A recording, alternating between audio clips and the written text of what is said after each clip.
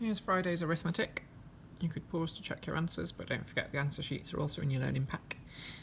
Just a few points, just make sure your decimal points are in line on number 1, and you've got those 2 0 placeholders. Good habit to be in before you then add in the carry and add, and then I've crossed the carry out when I've added it.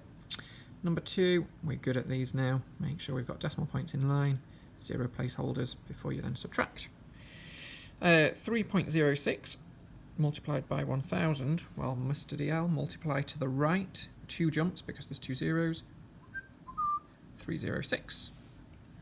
Number 4, 1 decimal place in the question, so 1 decimal place in the answer when I've used long multiplication. And then onto 35% of 800, I found 10% and then used that to find 35%. I found 10% by dividing by 100, by dividing by 10, 1 jump, 80, 3 lots of 10% and a 5% by halving your 10% will give you 35%. 6 squared, 6 times 6 is 36, and I've got 1, 2, 3 zeros to add.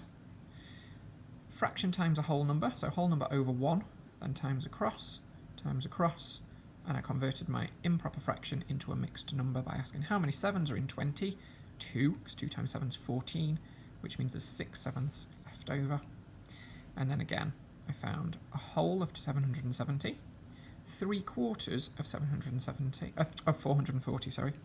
My answer is 770. 440, divide by the bottom, times it by the top, and then added the 2 together to get 770.